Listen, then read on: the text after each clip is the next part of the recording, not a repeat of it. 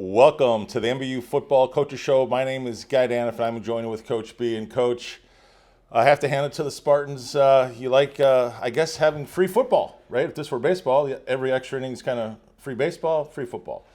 So this past weekend, you traveled all the way to near Detroit, Michigan, and battled Madonna with a 44-37 win in overtime.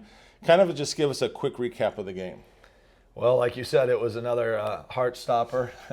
kept us all interested right up to the very end, and then some. So, no, I was really proud of how we just continued to stay with the game. We definitely didn't play very well. That was something that we talked about on Monday in our team meeting, our film session, and I really thought the offense did a lot of good things and took a step forward. But defensively, there was things that it was uncharacteristic that we did, and things that we have got to continue to work on. But in the end, like I tell the guys all the time, is that it's the end result that matters. Whether you play well or not, as long as we're getting that win, then it makes those corrections a lot easier and easier to move forward on. Well, really quickly, speaking on the offense, you scored 6 touchdowns, also with a field goal. Jonah Cox was also the Mid-States Player of the Week for the second time, as he made 5 extra points in that 30-yard field goal. Also exciting, 2 receivers had touchdowns, and then Demo had 3 touchdowns rushing, and of course Ronald Allen added in a 1-yard touchdown plunge as well. So on the offense, you're kind of kicking on all cylinders there. But talk to us about one of the stat lines in terms of penalties, because it seemed like that game was one of the most penalized games the Spartans have had in recent history. I want to say it was near 200 yards. Well, we were over 200, yeah, and it was definitely one of the most penalized games that we've had in a long time.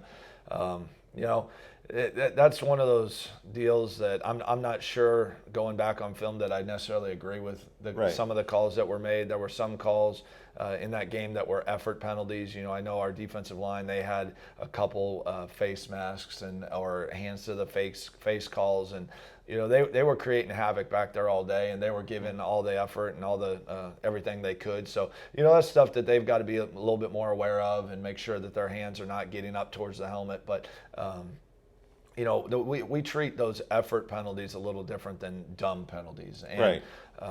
We had one of our freshman, Cliff Chandler, who was called for targeting, and that was kind of an unfortunate play because it was on a punt where the punt returner kind of muffed and dropped the ball, and he dove for the ball as the returner dove for the ball, and they called a targeting on it. And, wow. It's just kind of a tough effort play. In talking to the officials, I was kind of pleading the case for Cliff, but right. That's what they called. We had another situation where the quarterback slipped and fell in the backfield, lost the football. I think it was Jeremiah dove after the ball, and they said that he made contact with the quarterback's head as he was diving, and they flagged him. So, there was some that were close. That's how they ruled it, and we had to just continue to play. But there's no doubt we've got to be smart. We've got to eliminate those penalties, because whether they're right or wrong, they're getting called, and that's a lot of yards to give up in penalties. Absolutely. So let's move forward now to this week, Coach. You're taking on Marian University, that are currently right now ranked number 5 in the NAIA. One would argue they're one of the most successful NAIA programs, and certainly in the last 10 to 12 years, they've had 4 national championship game appearances. They've won twice national championships within the last 5 years. Also, our history isn't good. We've played them 5 times. We haven't won in any of them, and in 4 of the games, we've been shut out. And so I was just curious, what are you telling your team in preparations for this week?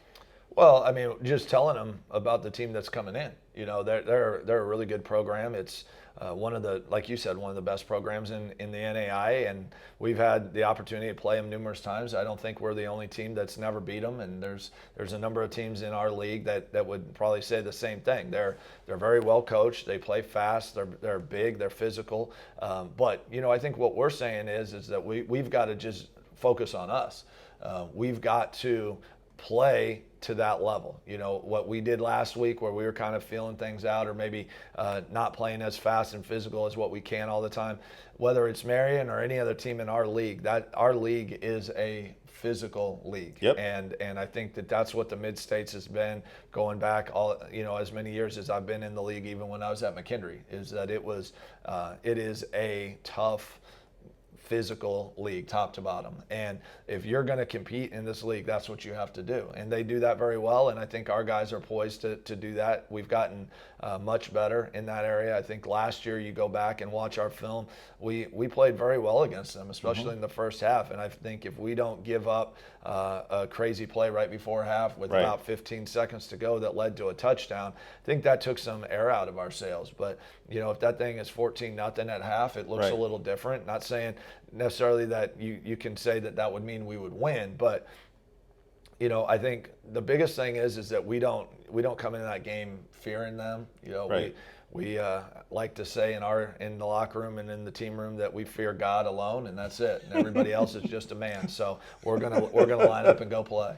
I actually like that. That's a good one, Coach. Yeah, I mean, here's the deal, right? I mean, there's been some epic performances the Spartans have had. Last year, I will say that. I think for almost 29 minutes, I mean, to be going down and hopefully at half at 14-0 would be a great place to be, especially on the road. But then obviously you're talking about a big third down, I think it was 26 play that was converted, and then they eventually score, or they scored on that play. But the bottom line is, you're exactly right. You have to have the mindset to know who you're playing. They're going to come in. It's going to be business as usual. I mean, just for the record, they are very used to winning. I mean, in the last decade, listen to this. They've had posted records 3 times at 12-1. So this team is coming in with the mindset. But I also like something you've said through the years, especially in the recent years. Look, if the program's is gonna take a quantum leap forward, these are the kind of games we have to be competitive in. Wouldn't you agree? Oh, absolutely. I think every time that we sit down, both preseason, off-season recruiting, there's teams that we compare ourselves to and really have to evaluate where are we at in comparison. And that doesn't mean that we're ever going to be necessarily at that level. You know what I'm saying? I mean, that's the goal. That's where we're working to get to. There's a lot of factors involved in scholarship dollars and some of that stuff, but. There's just, that is the gold standard. There's teams in the Midwest that you look at with St. Xavier and what Olivet has grown into, and there's plenty of teams that we are always looking to. This is the standard we're comparing ourselves to. Right. And if we're going to compete in the top of our league, or frankly in the top of the Heart of America or any other league that we join, there's good teams in every league in this country. You look across the board, Morningside is in a different league. Lindsey Wilson is in another league. You have Benedictine and Grandview that are in the Heart of America, Marian, St. Francis, St. Xavier in the Mid-States. So it doesn't matter where you go, but my feeling is that we've always got to compare ourselves against the best, and this is our opportunity to go see where we're at and then, ultimately learn. Absolutely. So with that, Coach, I had a chance to look at some film a little bit. Obviously, I looked also last year's, but I know you were looking at film when I saw you earlier today. Kind of, let the Spartan fans know maybe what are some key matchups that we should be paying attention to that could maybe be advantageous for the Spartans.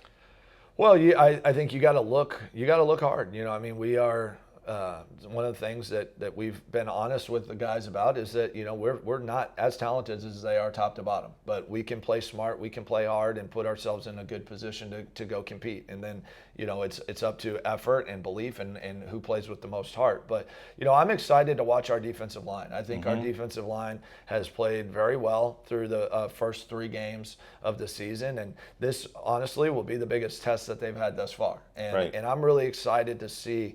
Marian has a good offensive line. They've always had a good, big, physical offensive line. But I think with having some of these guys that have a number of games under their belt now, and just see where they're at and see how they compete and see how they react. Gio is a guy that we really challenged in the offseason because he's a tremendous player. and a guy that I got to think that Marian's going to focus on. And I'm excited to watch him go compete because he's hungry and ready to go. And that goes the same for Anthony. Anthony, is playing at an extremely high level. Yep. He's lost some weight, is able to move. He's able to sustain drives longer than what he has in the past, and he's great. And then Raekwon and Jeremiah. So.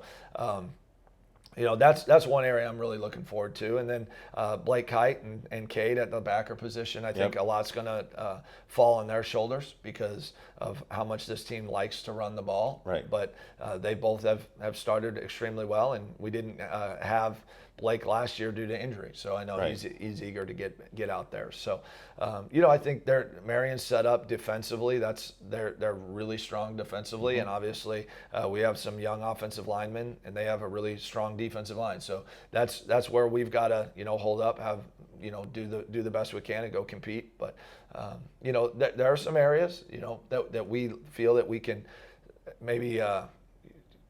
Favorable to us a little bit, but ultimately it comes down to our effort and execution.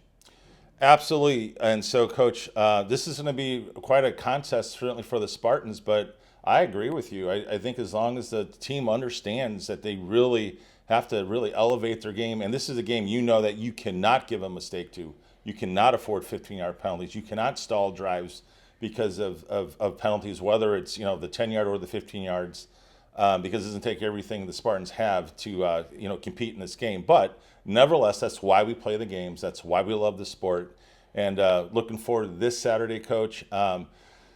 This is going to be really exciting because at 12:45, my daughter, who's a senior in high school, will be singing the national anthem. She will be coming to school here next fall. And so excited about that. Also, our university president, Dr. Keith Ross, will be flipping the coin. And if my set's right, I don't think he's ever lost. So you said it, not me. He's got a great track record for that. And then, of course, Spartan football kickoff's going to be at 1:05. And we just want to thank you, Spartan fans, for tuning in right here on the Spartan Digital Network.